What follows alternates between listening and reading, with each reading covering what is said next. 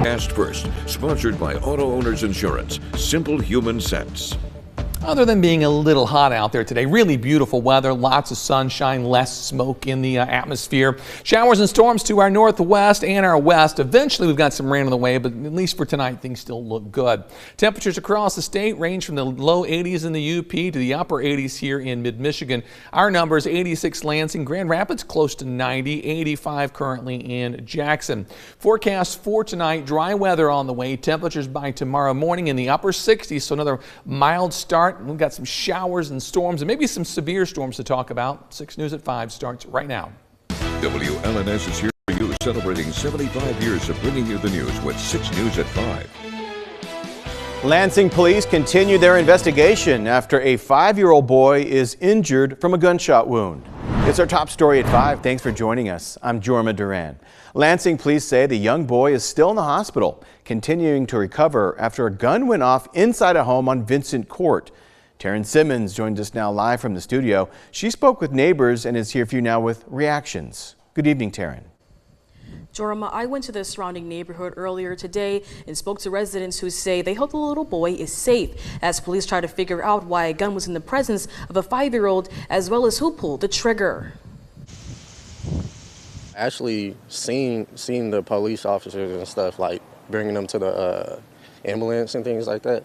So it was crazy. Lansing resident Aquarius Lockett says he was coming home from work when he saw law enforcement in his neighborhood. Most neighborhoods and stuff always have their days where it's just crazy around the neighborhood. It's not dangerous, Monday afternoon, Lansing police discovered a 5-year-old boy with a gunshot wound on the 800 block of Vincent Court off of MLK Boulevard. Police say at this time it's believed that a gun went off unintentionally. As of now, they have not said who pulled the trigger or how it went off. New gun laws were enforced last year to require Michiganders to keep unattended weapons unloaded or locked and put away in a secure box if it's reasonably known that a minor is likely around. Lockett says guns aren't the issue, it's the owners, and hopes for a speedy recovery for the 5-year-old boy. Because there's a lot of people out here that have guns that only have them because they're scared and or they just don't know how to use them. Hope that the little kid is safe and well, and hopefully a healthy recovery. 6 News did see emergency workers load the little boy into an ambulance, and police put a man in the back of a squad car. As of now, officers have not said if that man is facing charges or has been arraigned for the shooting. And 6 News reached out to the city of Lansing, and in a statement from Mayor Shore, as a father, my heart breaks every time I hear of a child being injured like this, and it makes me angry because situations like this are preventable. While the investigation is ongoing, I'm confident that Lansing police detectives will do their due diligence and look at all the evidence in this matter. I expect more information to be released soon. Jorma, back to you. Taryn, thank you very much. We're getting new details about an 18-year-old from Charlotte who was rushed to the hospital over the weekend after getting shot during a fight at a large house party in Eaton County.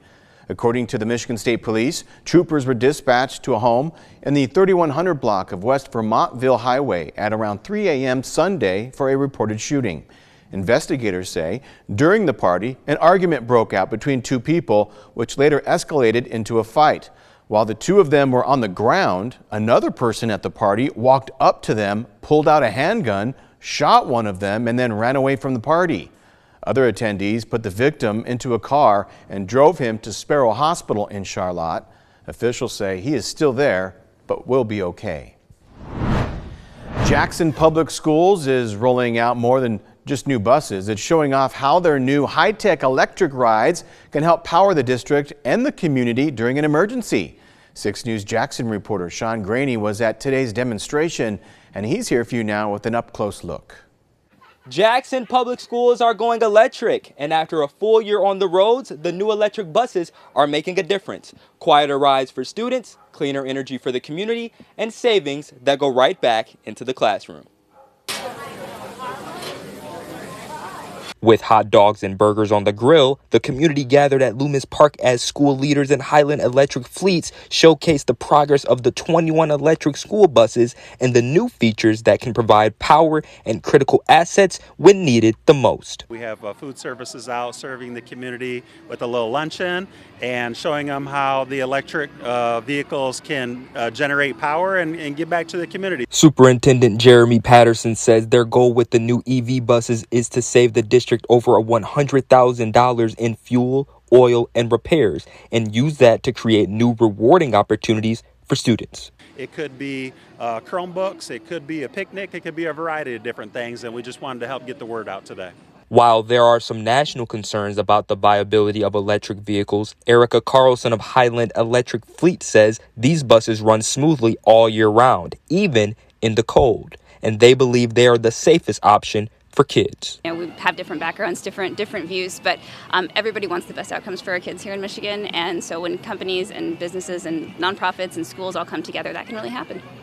Officials tell me the district's next steps are to add a second Clean Air Bus grant, which would add 1 or 2 more buses to JPS over the next 2 years. Here for you in Jackson, Sean Graney, 6 News.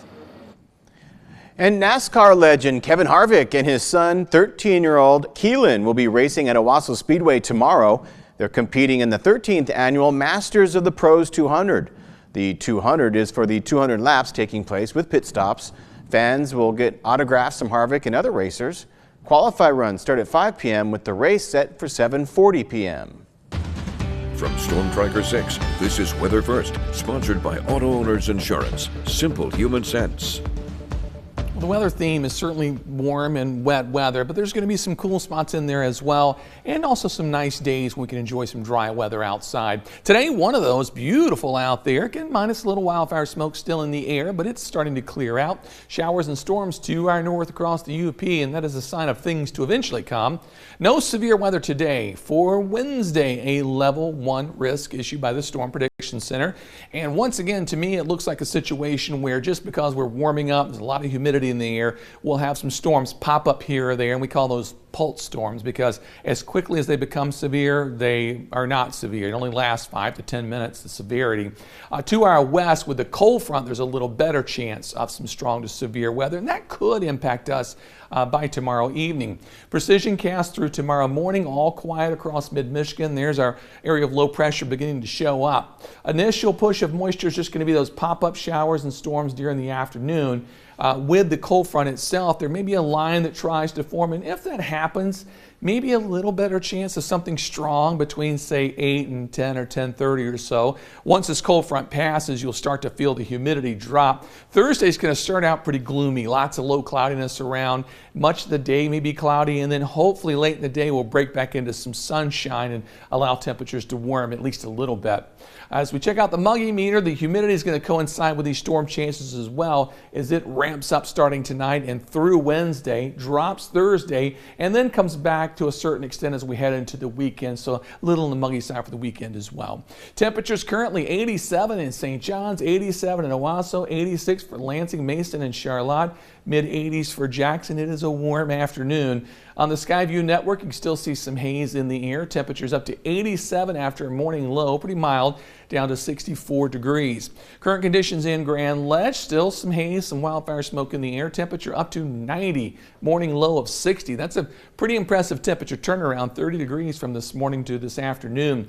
In Jackson, hazy sunshine, temperatures up to 85 degrees, morning low. Jackson did it again, one of the cool spots, down to 59. Good for you. That's a very pleasant temperature to start at least. In Hillsdale, we've got lots of sunshine. Temperatures also warm this afternoon at 87 degrees. 61 was our low, and our wind gust today only around 10 miles per hour. For tonight, then, dry weather, mostly clear skies, lows near 69 degrees. Pretty mild out there and getting a little muggy. Tomorrow's forecast, some afternoon showers and thunderstorms seem likely, and then we'll have to watch that second line moving through tomorrow evening, so possibly 2 chances for storms tomorrow. The 6-day forecast, Thursday 80, 79. That's it on Friday, lows in the 50s. Weekend humidity's okay on Saturday, a little more so on Sunday, and we had to put on a chance for a storm on Sunday. 20% chance, can't rule one out Saturday, but most of us, I think, are dry on Saturday. Yeah. The weekend looks pretty good. Weekend looks really great. Today, man, great day outside. Sun out. It felt great, but just the humidity. It's just like, ugh. From yesterday to today, I mean, I can tell a big difference. Yeah.